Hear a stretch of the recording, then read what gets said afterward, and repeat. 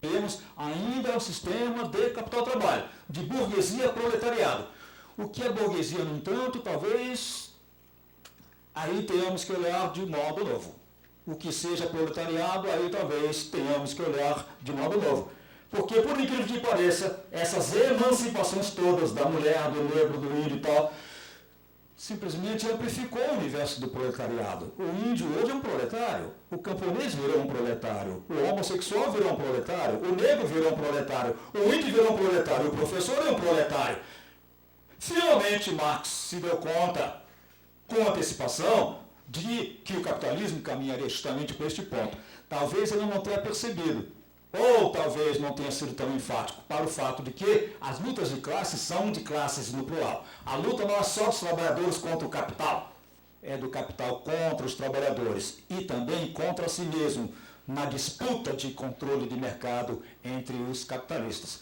Então ele foi recriando e se recriando. Então ele recria-se de uma maneira mais radical nos dias de hoje. Então é uma vantagem, um campo científico. Isso não é então uma exclusividade, e por isso da geografia, contarmos com vários pedaços de geografia. Aí mergulha-se mais fundo, né, Regina, na questão da mulher. As colegas que trabalham com a questão da geografia de gênero, se tratando de geografia da mulher. Não é isso, Carminha? E os índios mergulham mais fundo nas suas questões. As suas demandas emergem. Somos mais profundos, por necessidade até, de falta de clarificação diante dos nossos olhos, na leitura do capitalismo através desses vieses. Mas tudo que tem um lado tem o outro. O mundo segue sendo os dois pratos da balança, segue sendo a dialética dos contrários. Por mais que o capitalismo tenha se autotransformado, ele não conseguiu eliminar o seu grande oponente, que hoje não é apenas a classe operária, as mulheres, os homens, nas lutas contra o estrangulamento endividador do capital rentista. O grande inimigo do capitalismo segue sendo a história. O grande inimigo do capitalismo segue sendo a dialética. Ela é cruel com o capitalismo, assim como é cruel conosco, porque ela não permite ao capitalismo esquecer-se em momento nenhum que ele vive suas contradições, cobrando do capitalismo que encontre formas cada vez mais novas, Maria Laura, de administrar suas contradições, de superar suas contradições. Só que a dialética é cruel justamente por isso. Quanto mais o capitalismo resolve suas contradições, mais novas contradições ele cria. Porque ele é parasitário. Absolutamente parasitário. E ele nunca o foi tanto quanto nos dias de hoje. Porque finalmente chegamos ao capitalismo sem pátria, ao capital sem pátria. É isto o capital rentista, é o capital cassino, é o capital meramente especulador, é aquele que não se envolve com produção de riqueza nenhuma. Faz que outros capitalistas produzam riqueza para si, para ele, o rentista, acumular. Especulando com empresas, coisa que o capitalismo industrial não tinha condição de fazer. Ou evitava fazer. O rentismo é o contrário. Evita que se evite. Quanto mais se especula com empresas, melhor. Vide Petrobras. É um outro tema. Mas o envolvimento de corrupção de empresas como a Petrobras, eu só entendo neste contexto. Porque, galera, corrupção veio com as caravelas do Cabral. Não se justifica isso, no entanto, né? Isso não existe uma corrupção. Mas a corrupção não é brasileira, a corrupção é mundial. A corrupção é do sistema que nós vivemos. A corrupção é sistêmica. E nunca foi tão sistêmica. Nunca foi tão sistêmica. Porque nunca dependemos tanto do din-din que temos no bolso. O rentismo nos criou esta situação. E este é o nosso grande problema. Ele é o centro de referência estrutural, estruturante dos nossos modos de vida. Aí, Carminha está certa na pergunta que ela fez antes desta mesa.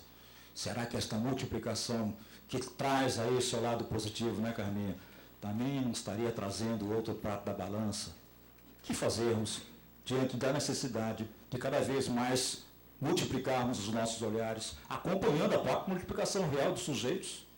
Não é mais aceitável que um sujeito olhe o mundo para todos os outros sujeitos, sobretudo quando eles hoje emergem como sujeitos distintos, né, Floriano? Cada qual que se veja como sujeito. Mas como articular tudo isto diante daquilo que é o ponto comum de referência? Que perdemos de visão quanto mais multiplicamos a divisão dos nossos olhares. Como procedermos do ponto de vista acadêmico? Que resposta a academia vem buscando para isto? É capaz de oferecer para isto? Se o mundo hoje é cada vez mais múltiplo, e o discurso da biodiversidade vem junto, acompanhando o da multiculturalidade, multiterritorialidade, os múltiplos são a expressão dos múltiplos em termos de sujeitos. Como resolver o fato de, por trás destes múltiplos, o mundo ser cada vez mais uno? Como vermos o uno através do óculos da geografia do trabalho? Como vermos o mesmo uno, mesmo que não do mesmo jeito, através dos olhos da geografia de gênero? Como vermos o rentismo como o centro de referência estruturante do todo? Como vermos o rentismo como sendo aquilo que precisamos compreender, aquilo que precisamos entender, aquilo que precisamos conceitualizar, aquilo que precisamos acompanhar no nosso universo de mentalização conceitual, categorial, discursivo? Como fazermos isto? Equilibrando, ver o uno através do múltiplo do olhar. Um encontro como este é uma boa resposta. Já havia dito João, sem dúvida, e nós temos a consciência disso. Por isso, quanto mais se multiplicam os sujeitos, mais se multiplicam os eventos acadêmicos no mundo inteiro. Talvez os acadêmicos sendo impulsionados por essa necessidade com consciência ou não disto, ou numa consciência não tão clara, talvez, mas de certo modo percebendo isto. É preciso que o colega da geografia agrária dialogue com o colega da geografia urbana, com o colega de geomorfologia, com o colega de climatologia, com o colega, não é por uma questão meramente acadêmica, de troca de olhares, de conteúdos, de conversas, mas ao redor do que há de comum por trás de tudo isto. Porque por mais que o mundo tenha se tornado múltiplo, efêmero, eu continuo a ser um velho pensador do mundo da modernidade, Molon.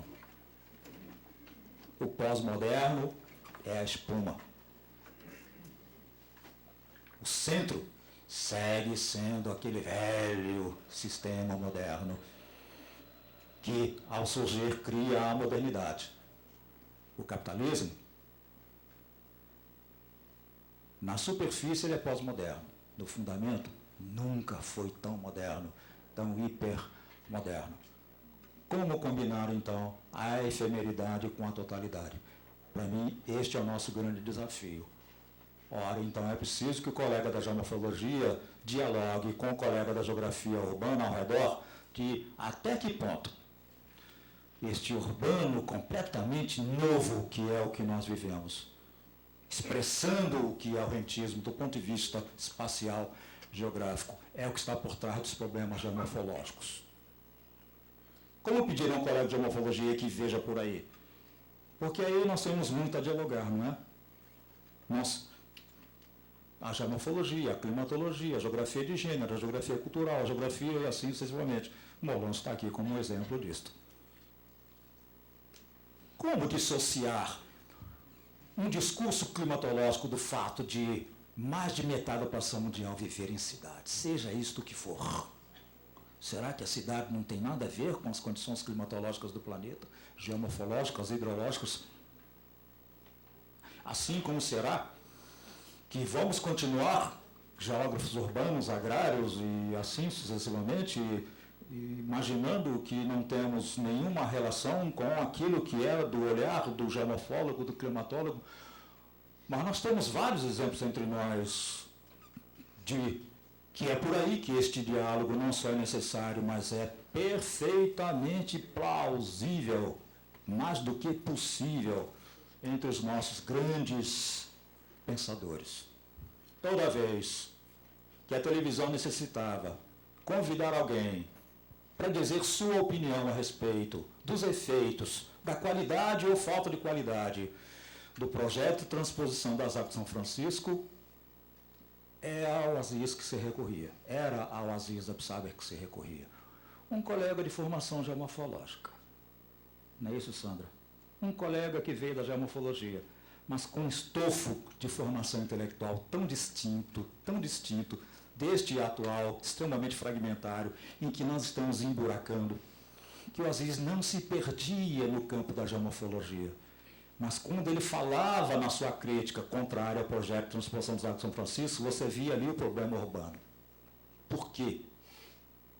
Do ponto de vista urbano, ele era contra o projeto de transposição das Águas de São Francisco.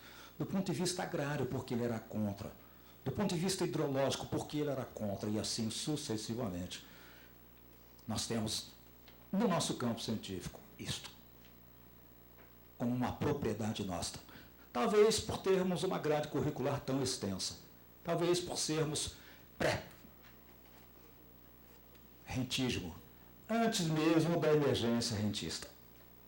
Já tínhamos a propriedade de vermos essas contextualidades nos seus campos os mais diferenciados e diversificados. É uma propriedade que temos que recuperar. E nós temos no nosso baú os elementos dessa recuperação. Não falei do trabalho, espero, no entanto, ter falado. Não falei do gênero, espero, no entanto, ter falado. Não falei da metropolização, espero, no entanto, ter falado. Porque o que eu quis dizer, no fundo, é que o que nós temos que entender, por trás da geografia do trabalho, por trás da geografia do gênero, por trás da geografia urbana e metropolitana, é a geografia do rentismo. Ele é o nosso grande desafio de entendimento. Muito obrigado.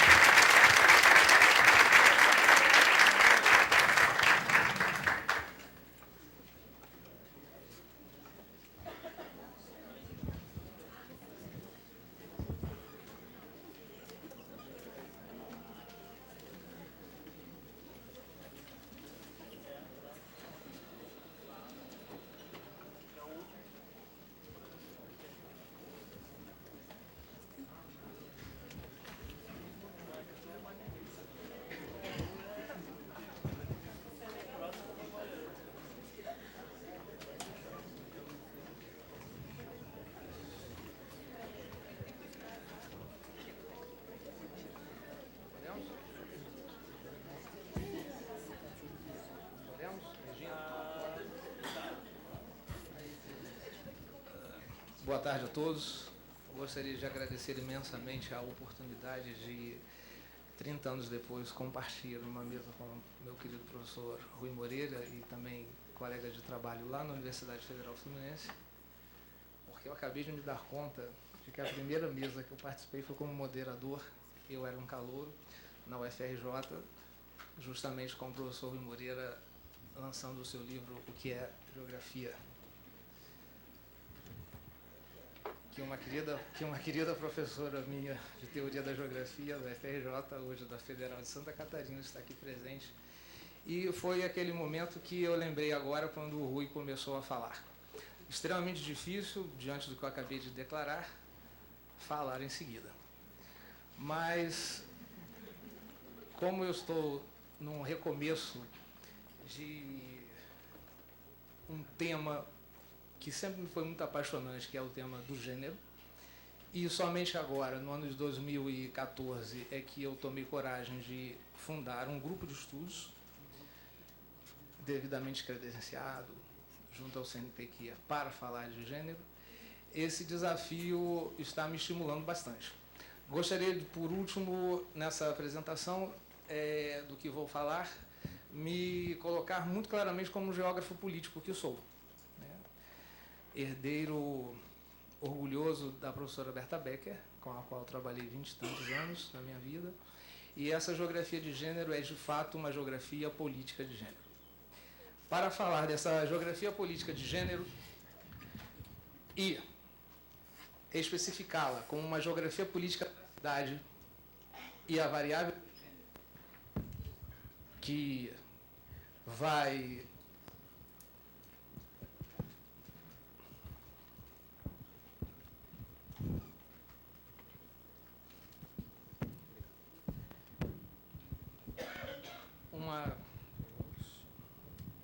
uma variável de gênero que vai perpassar essa geografia política da cidade, eu escolhi precisamente o trabalho de uma configuradora de paisagem, que é uma grafiteira da cidade do Rio de Janeiro, chamada Joana César, e são pouquíssimas grafiteiras que atuam nas nossas cidades como configuradoras de paisagem.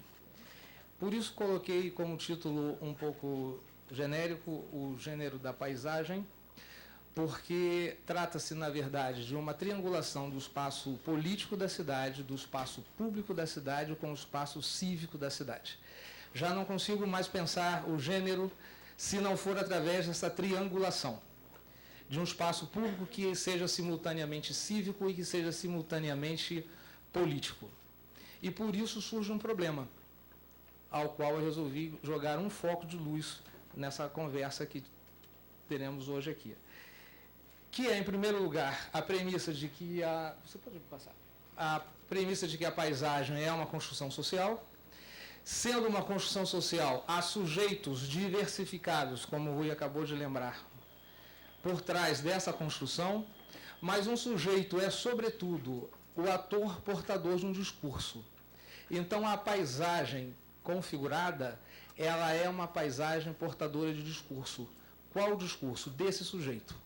E quando esse sujeito é uma mulher feminista, que é o caso precisamente da grafiteira, que eu vou usar como um exemplo empírico, essa paisagem se torna uma paisagem generificada. Essa paisagem se configura a partir do discurso configurador desses sujeitos. E o professor João Nogueira, no seu observatório da paisagem, lá na Universidade de Girona, procura orientar os geógrafos no sentido de que a paisagem é essa construção social e, como diz ele, as relações de poder, de gênero, de classe, de etnia perpassam, então, esta configuração. Isso significa que a premissa ela tem também um desdobramento, não só de que a paisagem é uma construção social, mas ela é simultaneamente experiência e representação. Sendo esse jogo de experiência e representação o jogo fazedor da paisagem, o jogo de sua configuração, é preciso perguntar quem são esses sujeitos que experienciam e que representam essa paisagem. Porque a configuração será uma expressão dessa experiência e dessa representação. E eu estou com a minha querida grafiteira Joana César na minha mente. Logo vou apresentá-la. Outro professor, que é o Javier Maderuelo, ele diz que a paisagem é um construtor social. E Javier Blanco nos lembra que a paisagem ela é uma expressão sensível. O mais curioso é que, por mais que a paisagem tenha uma origem pictórica e tenha sido desenvolvida como conceito para além das artes, ela também é um elemento de democratização. E aí o Fernando Aguilera diz que a paisagem é o espaço central da democracia. Por quê? Porque as paisagens de má qualidade geram cidadãos de má qualidade e geram democracias de baixa qualidade. Por isso a triangulação, o espaço público, o espaço político, o espaço cívico. O espaço do público, o espaço do cidadão, o espaço da política. Não consigo mais desvencilhar esses três vértices do triângulo se quero pensar o conteúdo social que vai preencher esse triângulo. A paisagem, se considerarmos a democracia como esse sistema infernal que nos permite várias respostas para a mesma pergunta, ao contrário de uma ditadura que tem a mesma resposta para várias perguntas, opto pela primeira opção, evidentemente, e gosto de várias respostas para a mesma pergunta. que é a diversificação. Quando várias respostas para a mesma pergunta surgem, significa que os sujeitos se diversificaram, mas não apenas se diversificaram, mas foram reconhecidos como tais. Então, o que está em jogo aqui é também, na variável de gênero, a variável do reconhecimento, tal como Alex Honneth nos oferece a oportunidade de pensar isso. E essa diversidade de sujeitos, então, gera uma diversidade paisagística, evidenciando configurações territoriais múltiplas. Rafael Mata insiste na possibilidade... Perdão, não sei se você está acompanhando. Preste atenção nesse movimento do papel, pode. Rafael Mata insiste na possibilidade de uma metodologia territorial da paisagem. Seja lá o que for, isso parece interessante, eu resolvi entender.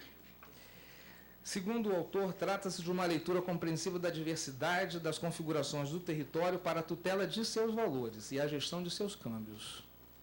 Como lidar, então, com as micropaisagens? E aí eu retomo os ensinamentos do professor João Nogueira, que eu acabei de citar.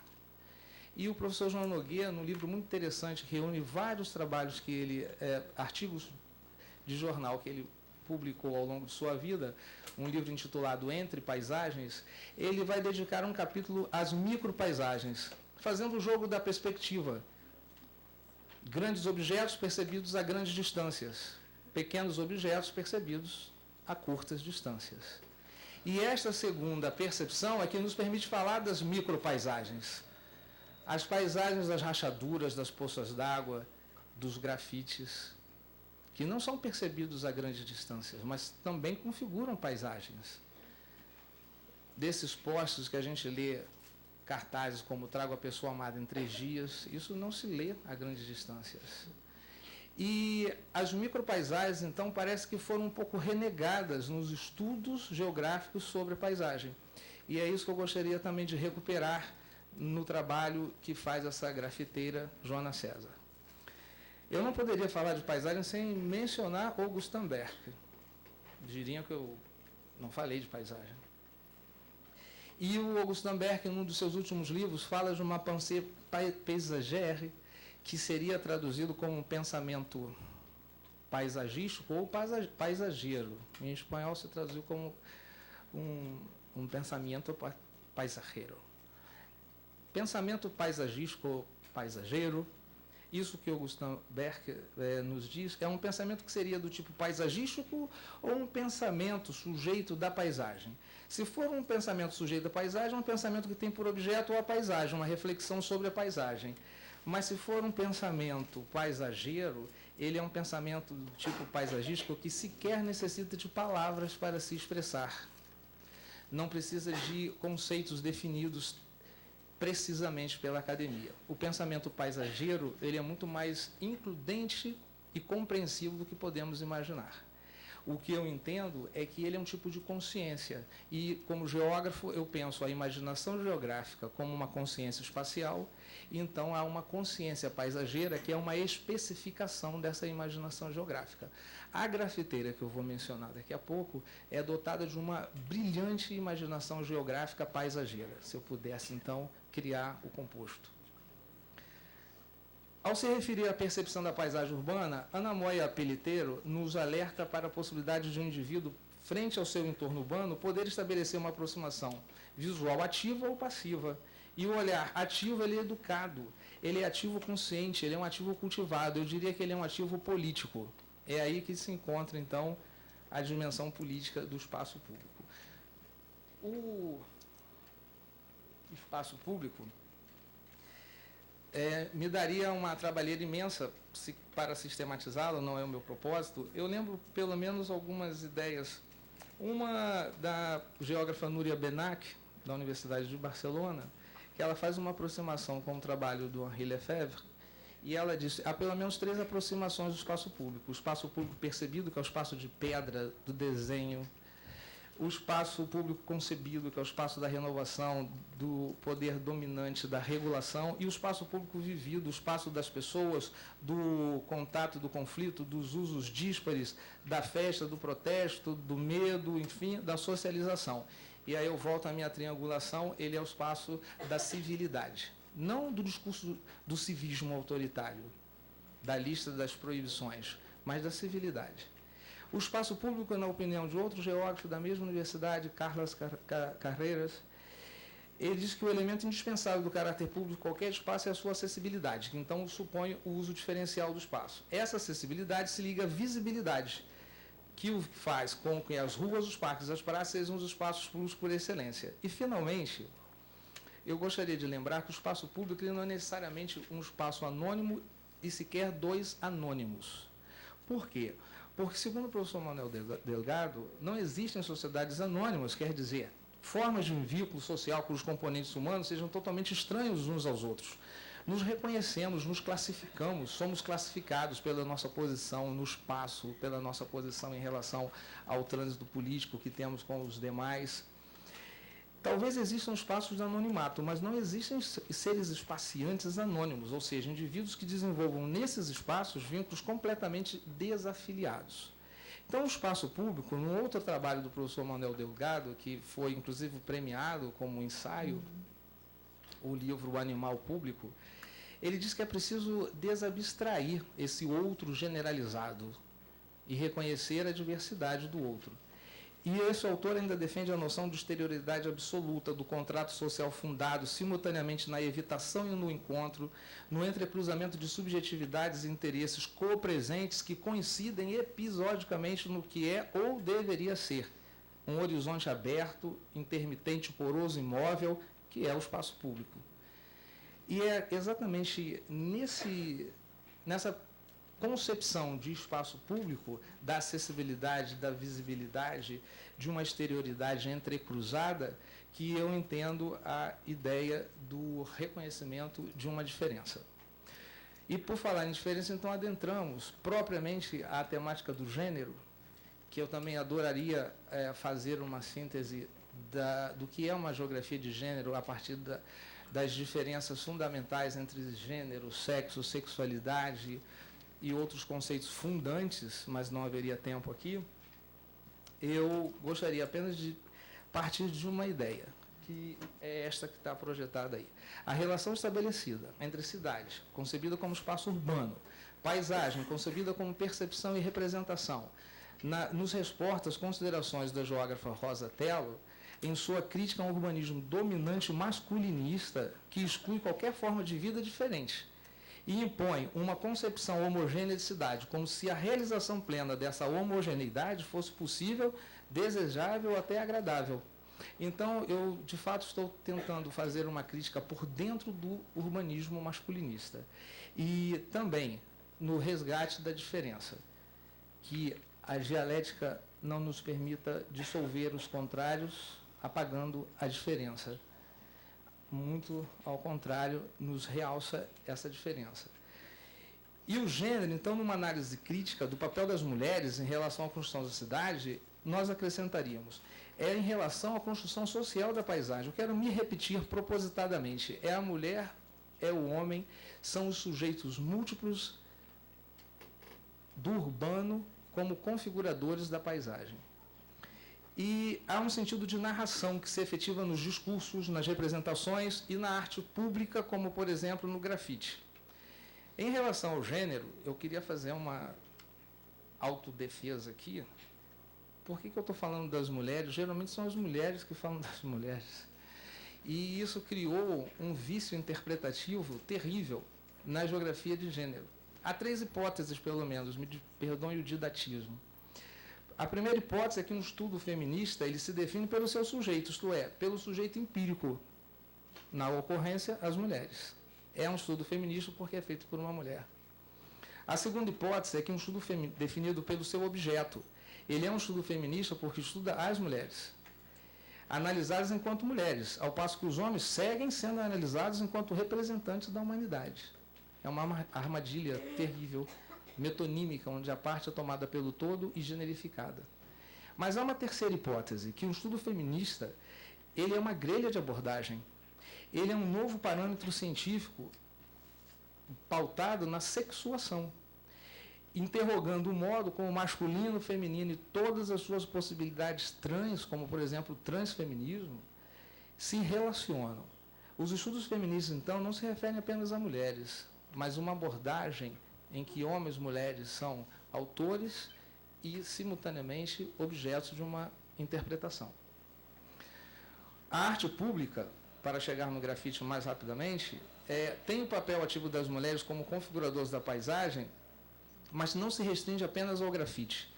Hoje, temos o pós-grafite, que também congrega um grande número de mulheres. O pós-grafite pode ser definido como um momento de desdobramento da cultura grafite, evidentemente, como a anti-geopolítica é.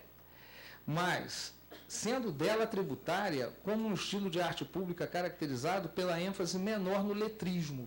Não se escreve tanto no pós-grafite como se escreve no grafite. Se inventam vocabulários, alfabetos e tipos de letras. E também não há muita ênfase na tinta spray, como seu veículo estético, mas uma inovação técnica e novos materiais. Para a americana Anna Wackler, diferentemente da assinatura grafite, produzida predominantemente por homens jovens, a arte pós-grafite é tipicamente disseminada por homens mais velhos e um grande número de mulheres. Ver e principalmente perceber a paisagem na perspectiva dos grafiteiros e grafiteiras não é estabelecer um inventário. O que eu queria dizer é que os grafiteiros, eles aproveitam demais a configuração que existe. Eu preciso só de 5 minutos mesmo.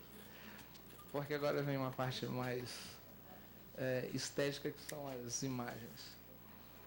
Os grafiteiros e grafiteiras aproveitam muitíssimo os desvãos, que é um termo da arquitetura, da paisagem, preenchem espaços, aproveitam, interagem com rachaduras. E no pós-grafite, por exemplo, há no Rio de Janeiro, em algumas cidades brasileiras, o ladrilhismo, que é isso que vocês estão vendo, espero que seja possível perceber, o ladrilhismo, que são ladrilhos hidráulicos que são colocados compondo mosaicos, está em São Paulo, está no Rio de Janeiro, está em Nova York. Há um coletivo chamado Muda, muito ativo.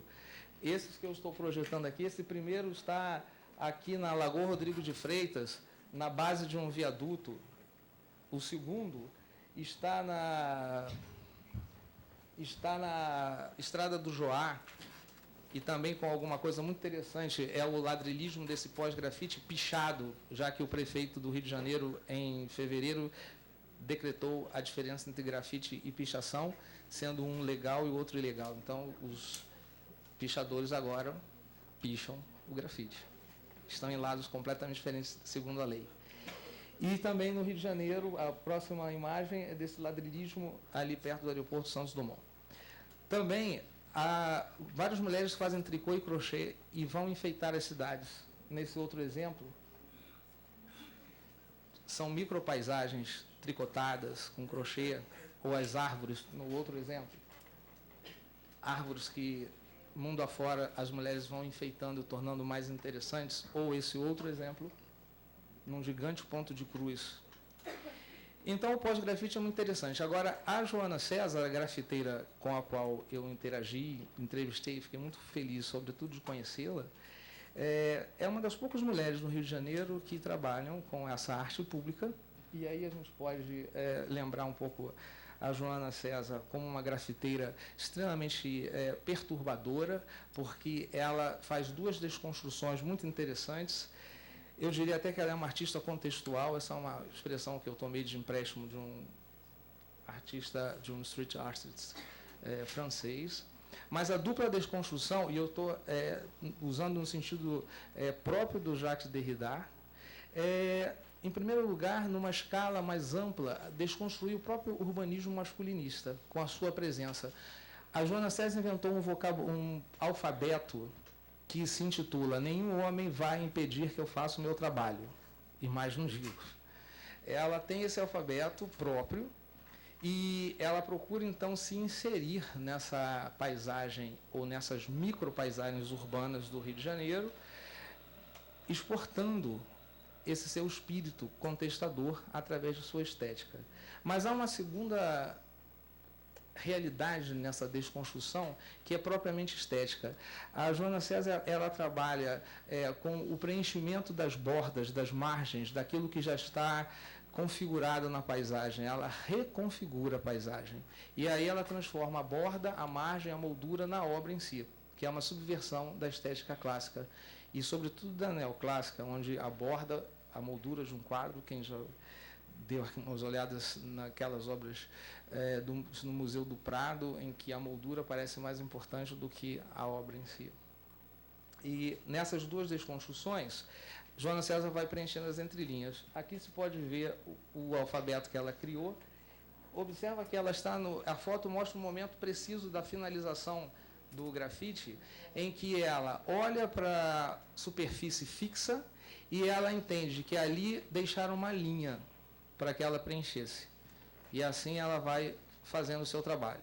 Aqui ela disputa um espaço bem maior na entrada de um túnel no Rio de Janeiro, com um grafite de um grafiteiro muito famoso, que é esse colorido amarelo e vermelho, e ela se coloca ao lado, como quem diz, eu também posso ocupar esse espaço.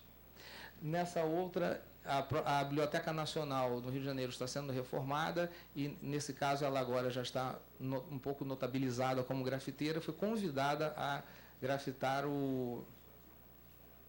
os tapumes. Nesse aparece mais precisamente, ou mais nitidamente, a figura feminina, não só escreve, mas também desenha uma figura de mulher. E nesse próximo, aqui ao lado da PUC, exatamente aqui na entrada que dá acesso a esse prédio, está esse grafite que dá acesso ao túnel. Aqui nesse outro, pode passar um próximo. Foi na demolição da Perimetral no Rio de Janeiro, em que ela colocou com todas as cores a ideia de que o grafite é uma arte pública efêmera. E por saber que a Perimetral seria demolida, era a superfície, entre aspas, fixa, perfeita para a arte do grafite. Eu voltarei a esse trabalho gigante. Aqui está a artista, que sobretudo é uma simpatia como pessoa, e mais esse momento em que ela está lá, em cima do muro, no Jardim Botânico, fazendo o seu trabalho, porque ela também olhou para esse muro todo grafitado e descobriu que tinha uma linha esperando por ela, lá em cima. Ela transformou a borda na obra em si. E a minha conclusão, eu vou ler para vocês, vou falar para vocês já rapidamente isso daí, é que quando eu perguntei por que ela tinha grafitado a Perimetral, na zona portuária do Rio de Janeiro, ela sorriu e disse o seguinte: eu acredito que esta imensa construção de infraestruturas de circulação era uma serpente marinha que resolveu sair da Baía de Guanabara para tomar um sol no continente e foi petrificada pelos olhos de uma medusa. Assim ficou durante décadas, até que resolveram libertá-la, e só a morte a libertaria, com a demolição. E então ela resolveu fazer um poema dessa figura feminina que estava se libertando de uma pressão de carregar a cidade nas costas. Bom, eu quase pedi para tomar o café dela, para ver se eu também via coisas assim. Mas